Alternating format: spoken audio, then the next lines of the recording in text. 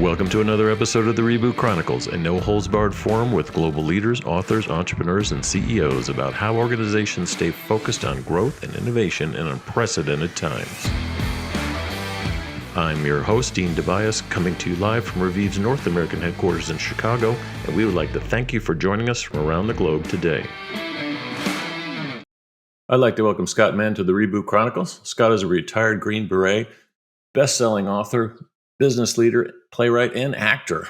You don't get all of that in one sentence usually. After 23 years in the U.S. Army and 18 years as Special Forces Green Beret, doing tours in Iraq, Peru, Ecuador, Panama, Colombia, multiple tours in Afghanistan, if I'm not mistaken.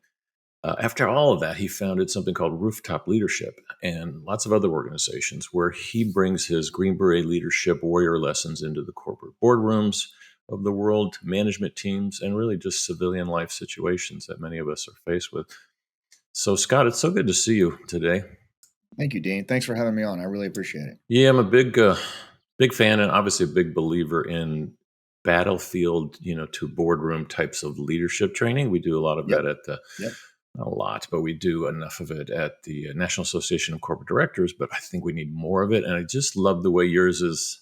It's much more refreshing and guttural, I guess is a word, authentic. It's just amazing. And, saying things like thank you for your service just to me just doesn't cut it with guys like you. So, but before we get into like leadership lessons that we can learn from your experience, I'd just love to hear about, how was your transition into, civilian life with your family and your wife? I think you have 3 kids and, it's just kind of moving into that civilian life and maybe even in the foreign world of business. I bet it was it a rough transition for you? It really was. I appreciate that question, and I appreciate you leading with that question, actually, because I think that mental health. I was a little nervous about it, but I just thought, let's just jump into it. Yeah, because we tiptoe around it, don't we? We tiptoe around mental health a lot, and it's both with veterans, but I think in what we've gone through with the pandemic and everything else, it's a much broader issue now. So I will tell you that my transition after almost 23 years in the military was not a great transition at all. In fact, it was downright crappy. I retired on my terms. I was, performing at a high level as a Green Beret. I left the Army when I was ready to leave. I was a Lieutenant Colonel. I had a lot in front of me, Dean. I mean, really, my boys were still in high school. My marriage was really sound and intact. Sounds like a storybook moment up until that point, too. I mean, considering the length of the war and everything that so many of my peers had experienced, I was really blessed and had a good job, had a book to write. But what I will tell you is really within about, just a couple of days, honestly, of taking those desert boots off and replacing them with Tampa Bay flip-flops, I started going through an experience that was it was really, really rough. And I look back on it now, it certainly had a lot to do with walking away, not just from the military, but from my purpose, from my core direction in life. I had not put a lot of thought into what that would look like coming out of the military. Right. And I just did what I thought was the next right thing that a transitioning Army officer should do. I got the job I was supposed to have as a contractor. I did all those things. Money was good. But honestly, what was missing was my purpose. I had just completely walked away from it. And that opened me up to, it was almost like being on a different planet. And when I saw it at home, just the levels of distrust, the levels of division in this country, I had no idea where I was going to fit in. And that's when the PTS, the survivor's guilt, all of the things that I had buried for years just came flooding in, and mood swings became very heavy, and it just got dark really, really fast. And within 18 months of that transition moment, I was standing in my closet holding a .45 caliber pistol and no intention of coming out of there. And that's how fast it went south for me. And sorry. And grace of God, it didn't happen. But it was a really, really, really rough transition, one that I would not wish on anybody. Yeah, and you went through that. It's such a an amazing time for you to come out.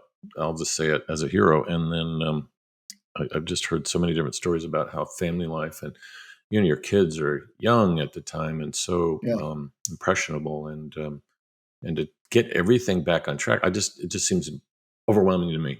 Your marriage, your family life, your children, your support, your siblings, your parents, and oh yeah, but by the way, I need to invent a new career. And it is a really big, for anyone who works with military or military families in transition in the civilian world. I think it's just understanding that it really is like changing planets. Whether you served in combat or not, whether you have post-traumatic stress or not, changing from the military, which is essentially a status-based tribal type organization where your worth is literally determined by the connection that you have to the men and women in your tribe, right? Whether that's a Marine Corps infantry platoon or a Special Forces A team. Your team is everything.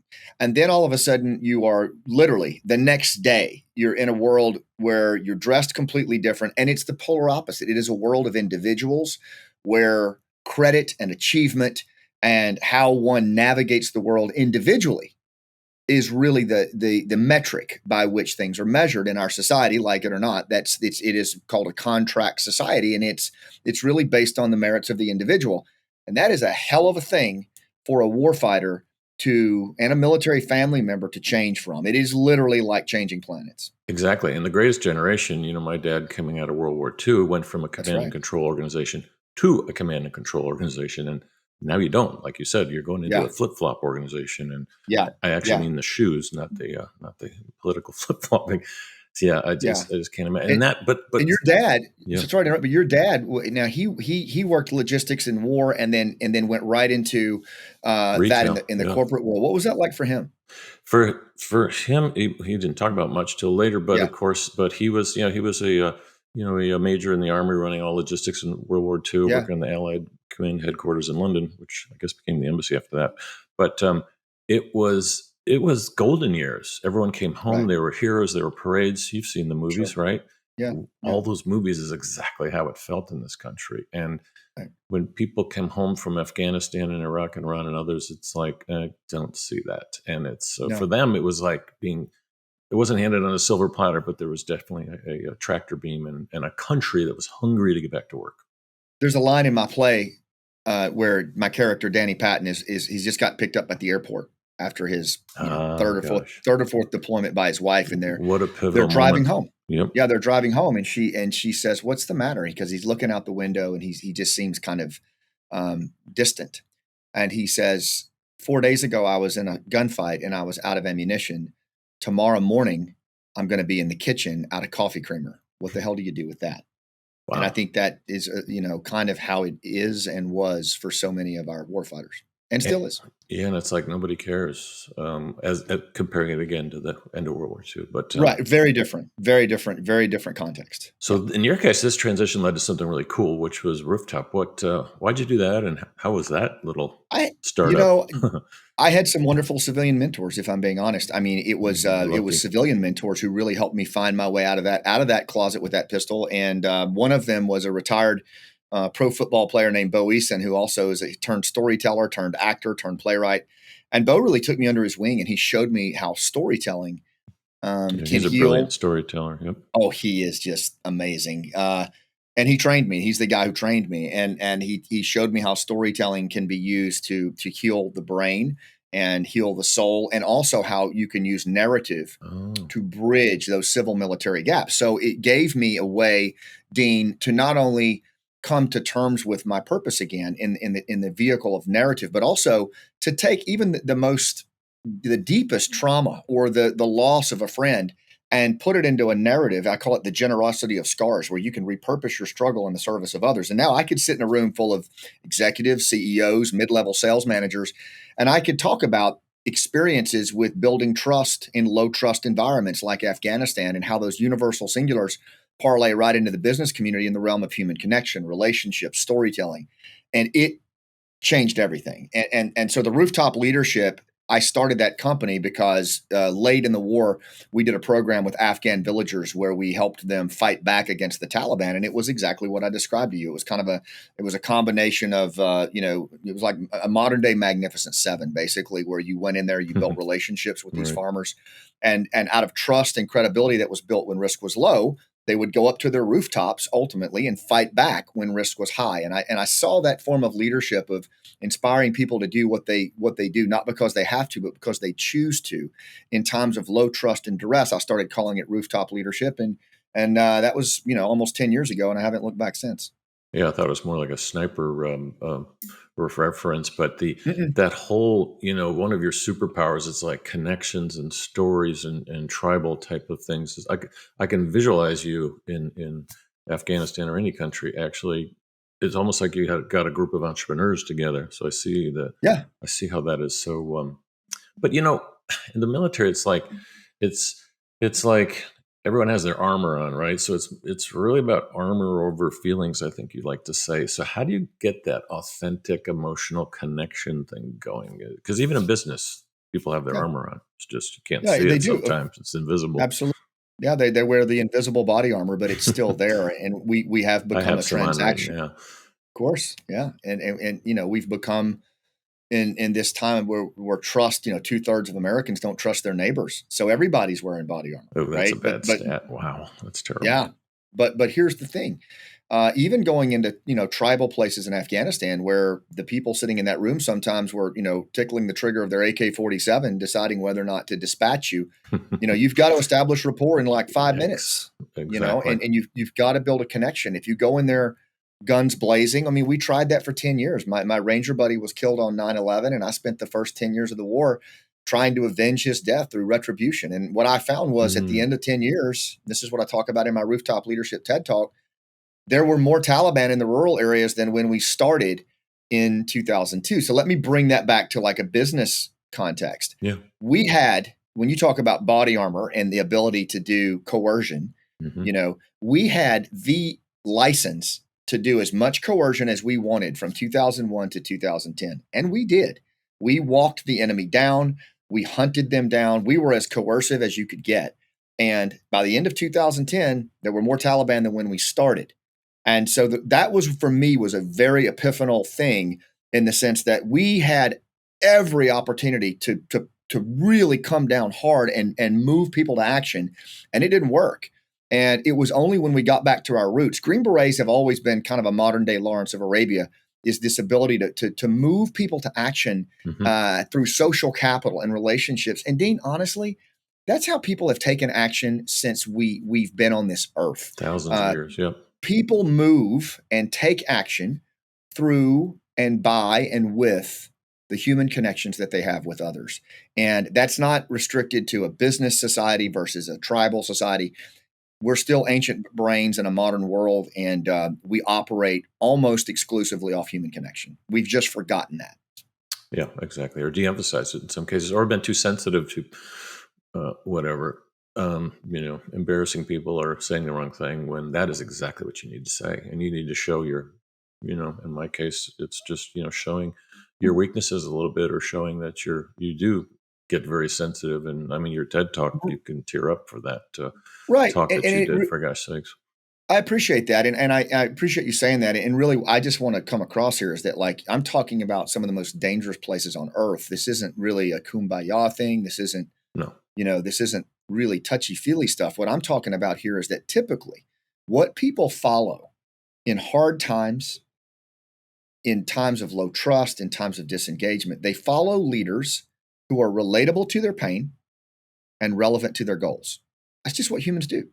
And the problem is, it seems like as a civil society, we have forgotten that, or we have moved away from that, or as you said, we've de-emphasized that. But that's what people follow. We look for leaders, and we look for fellow humans who can relate to our pain and demonstrate that they do, Right. and then who are relevant to the goals that we have, because we're goal-oriented creatures. So we're going to always group with. We are primal creatures. We're social. We're going to group with people who demonstrate an inclination to accept and work with our goals and theirs. And it seems so simple, but in these modern mass technology transactional times, Yeah, it's not. most of our society seems to do the polar It's opposite of not that. practiced. Yeah, we have a lot of corporate public CEOs on the Reboot Chronicles, and that is one of the filters I use to select them. A, would they be fun to Is that talk right? to? B, can they transfer anything to the audience? But C, do they really care about their employees? And Do they care? most of them do. But that's one of the Yeah. filters, and that's why you don't see some certain leaders aren't on the program. I mean, you've done so much. The new book that came out recently, Operation Pineapple Express, Hmm. bestseller, off the charts. A little bit of a thriller, but it's based on reality. Yeah. Yeah. It Amazing actually story happened. how you guys redeployed after all these Right. years. Can you tell us a little bit about it? Well, Operation Pineapple Express was a an undertaking by a group of mostly retired special forces and SEALs and other I special love operators that. Yep. who had worked in Afghanistan for a number of years, and it started with I'd been retired since 2013, and I got a call Wow. from a friend named Nizam, who was an Afghan commando, Afghan special forces, had even gone to our Green Beret qualification course, and I had befriended him in 2010 when we were doing this village program, and he had served, faithfully. He had been shot through the face defending American forces. He had been shot 3 times in the chest plate by ISIS. I mean, this guy was as loyal and faithful as they come. And in the final days of the Afghanistan collapse, he started contacting me that his SIV visa had not come through, and the Taliban had cornered him in his uncle's house, were texting him and telling him they were going to kill him. Yeah. And, it really, for me, I had no interest in getting involved in Afghanistan again or the Army. I had retired from that whole affair because I did not like the way things were I'm sure going. your family didn't want you either. Right. And so Nizam, said, "Sir, I'm not afraid to die. I'm just afraid to die alone." And that just hit me so Whoa. hard in that moment. And I decided that I was going to try to do something, even though I couldn't get into the country. I knew the country. I had relationships. I had a cell phone and a signal app. So I got other Green Berets involved, Congressman Mike Waltz and others who knew Nizam. And we started putting a plan. It's the one behind me here that you see that I drew on my whiteboard. Yeah, those of you And that we aren't on YouTube, he has the covert plan all drawn up on a whiteboard. Yeah, It's my it favorite. wasn't terribly My covert in the sense that I was out of the military. I had no secret clearance or anything, but it no, was no, you guys were a all over the decent. news. It was refreshing to see you going in there. So we were able to help him get out of the country in a couple of days, and then it just opened up to a huge aperture of about 150 volunteers coming together doing the same thing in a signal room. And over the course of about 96 hours, we moved somewhere between 750 and 1,000 Afghan at-risk commandos and their families out of the country and into the United States. Wow, that's amazing because so many of them were either left behind or lost in the shuffle. That to me Yeah. is making an impact. I like you teach and coach a lot, and we teach people about purpose and passion and anything, Hmm. just having a mission in life, whatever word you want to use. It's like I always tell them to kind of juggle fun, money, and impact. And if you can do two of those things at once, that's good. But you can never. Yeah. It's hard to do three at once. But the impact Yeah. one, at least in business, is missing a lot. And It how sure does is. I mean, what are the? Can we dig in there a little bit? What are some of the rooftop, leadership methods that can help people get closer to a sense of Yeah. purpose and mission? Well, I mean, the first thing is that foundationally, rooftop leadership is based on the fact that we live in a time of churn in the United States right now that is Hmm. novel and new. And by that, I mean that our arena that we're operating in is volatile and uncertain and complex and ambiguous. And at the same time, the human terrain where we are operating, it is very, very low on trust, very, very low on engagement, and then distraction is through the roof with mass technology. So you take all those together, and what it's created is an environment where it is very, very difficult to move people to action because most of the people that we're leading, ourselves included, are in a fear-based trance state a lot of the time. We are in a state where we are acting primal from a fear-based perspective, and whether that is our 401k is eroding, or whether that's the next recession or pandemic around the corner, or we've been isolated for a prolonged period of time and we freak out when we go back to work. Hmm. But there is a sustained level of disconnection that is operating in our society today, and it's novel. So leaders who were brought up in kind of the top-down military corporate structure, Command and uh, control. Yep. with the because I said so, damn it, doesn't really go a long way in a low trust environment. So how do you bridge those gaps? And that's what rooftop leadership is based on. It's based on that premise, and with the understanding that in low trust, high stakes moments, leaders who operate with purpose based, intentional human connection skills, particularly around active listening, narrative competence, and just nonverbal they're the ones that are going to own the rooms. They're the ones that are going to be more relatable to people's pain and more relevant to their goals. And we really focus on not just the instincts of that, Dean, because most of us have that, Right. where you have like a 50%, 60% hit rate on, human connection, empathy, or whatever. We believe that you can move the needle from instinct to skill on human connection the same way you can on a hard skill. And that's what we train on. I train leaders to do that, to bridge those gaps through human connection and get their, connection hit rate up from like 60% to like 95, 98%. And I teach this at the Q course for Green Berets, federal law enforcement. So it works. Yeah, it's not just and it works in business too. Yeah. Yeah. Well, I think it's critical in business because the stats in 2023 are loyalty, disengagement are still at an all-time high, and more importantly, just most millennial XYZs, they just don't feel like their talents are being properly and they're not being utilized enough. So helping, and that's leaders a leadership problem. Right, exactly. That's a leadership problem. Yeah. So what do you think what's the thing that's missing from corporate leaders today? Where do they need to shift? Or I call it, how do they reboot this culture and this lack of engagement? I always, again, foundational. I believe that we've got to get back to our nature. The more complex and ambiguous our world gets in this modern world, I use the iceberg as a metaphor.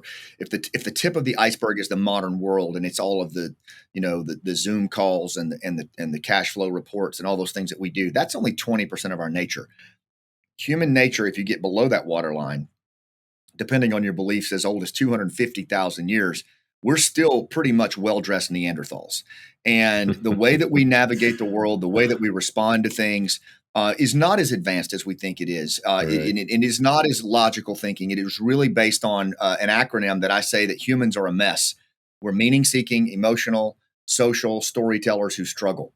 And I know 3 S's. That's my Arkansas public education there. But if you look at those things, meaning, emotion, social proclivity, storytelling, and struggle, just those, and think about it from a lens and how you view your own behavior and that of others, and also as ways, as levers to pull. Right.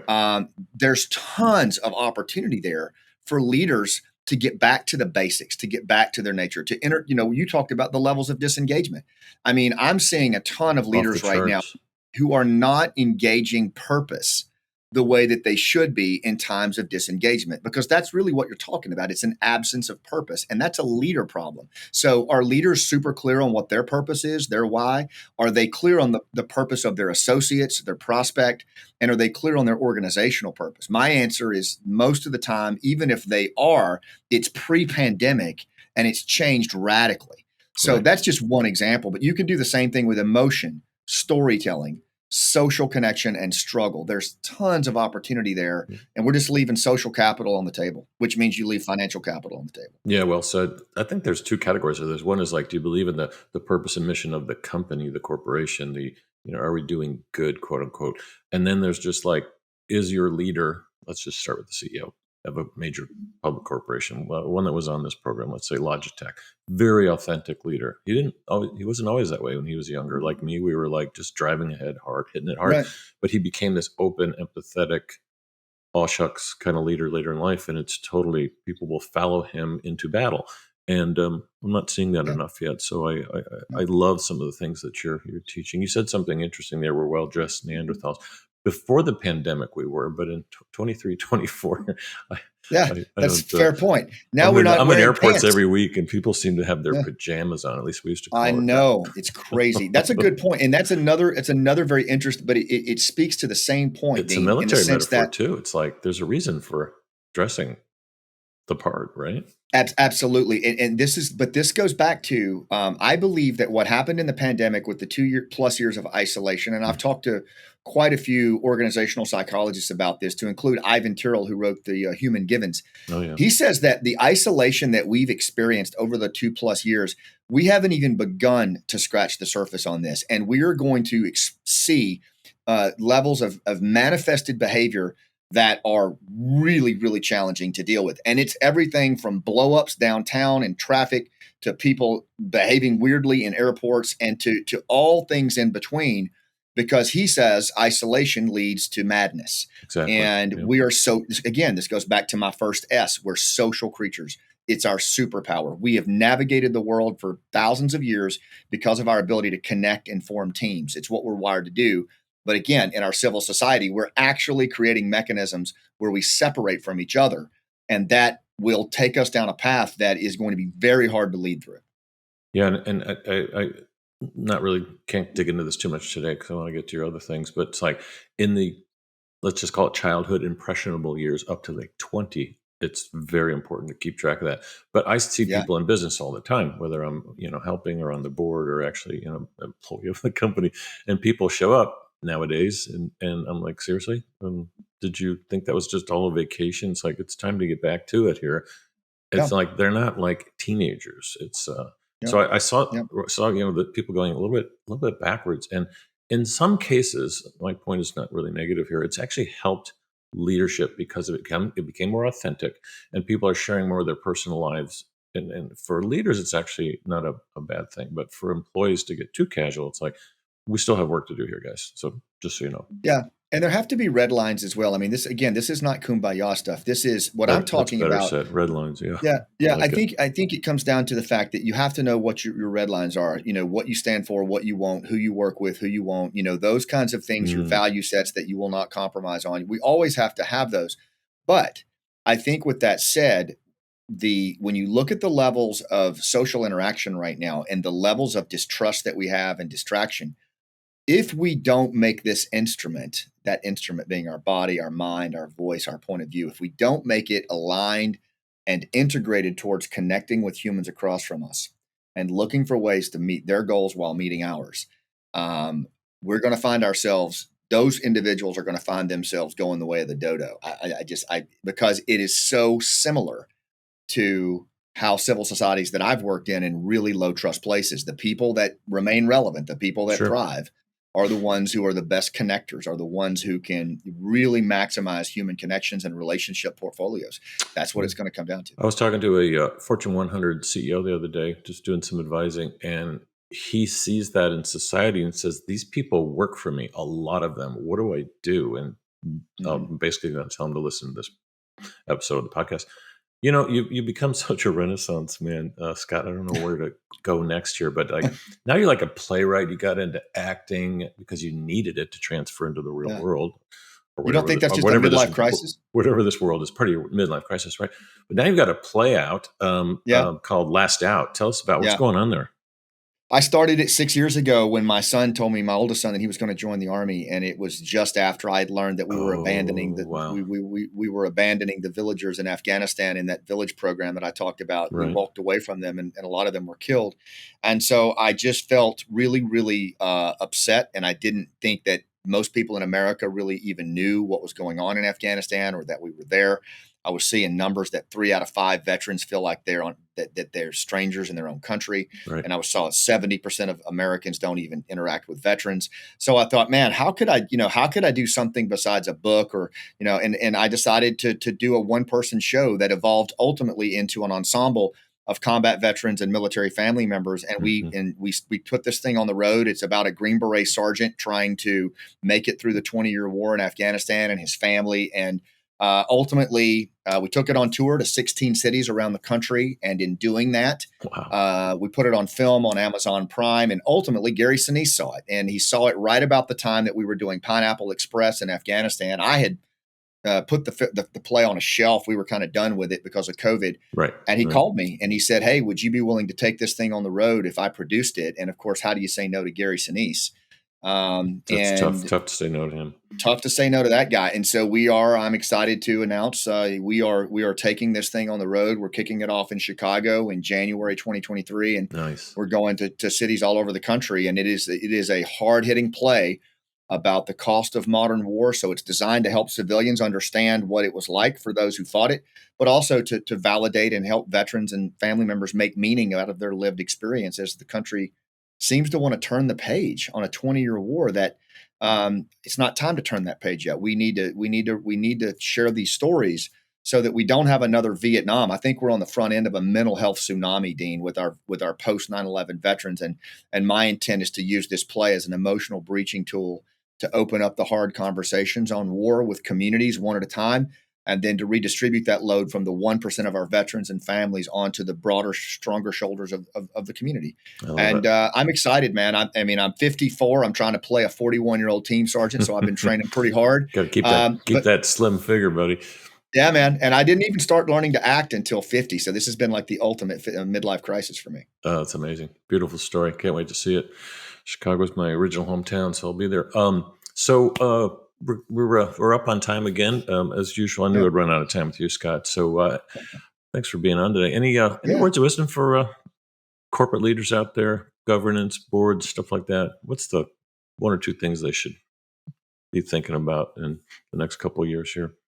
Yeah, I think one, I appreciate you having me on, and if any of the things that I talked about, at scottmann.com, my whole body of work is there on the for-profit, nonprofit side, and including our podcast as well. I hope people will go there. Right. But I would just wrap up with saying that I believe that where I'm seeing gaps right now and opportunities particularly for senior leaders, is get below that waterline. We talked about that iceberg where we really live as meaning-seeking, emotional, social storytellers who struggle, and really get back to your nature. The more complex things get, the more we need to get back to our nature as humans and really focus on those visceral, primal ways that we navigate the world. And that's a skill. The second thing I would say is I would encourage in this time as I look at the landscape and what's coming, I think CEOs and senior leaders need to be storytellers. Work on that storytelling skill as hard as you can. And then finally, I would say, as crazy as things are in this world, the most important thing, as my dad has always told me, are the tracks that we leave in this world, our legacy that is here 15 years, 30 years, 100 years after we're gone. And that's usually in the realm of our relationships, the capacity we build in our organizations, and our kids. And put some thought to the tracks that you're leaving behind and what you would want the people closest to you to say about those tracks after you're gone, because at the end of the day, that's really what matters the most. Love it. Thanks. You've been listening to retired Lieutenant Colonel Scott Mann, who has a new book out, Pineapple Express, Operation Pineapple Express, I should say. But check out The Last Outplay. It's going to be, it's going to rock your world. So Scott, thanks for joining us. And Dean, thank you so you've been much. listening to Dean Tobias with the Reboot Chronicles. I want to thank you for joining us today. We will see you soon.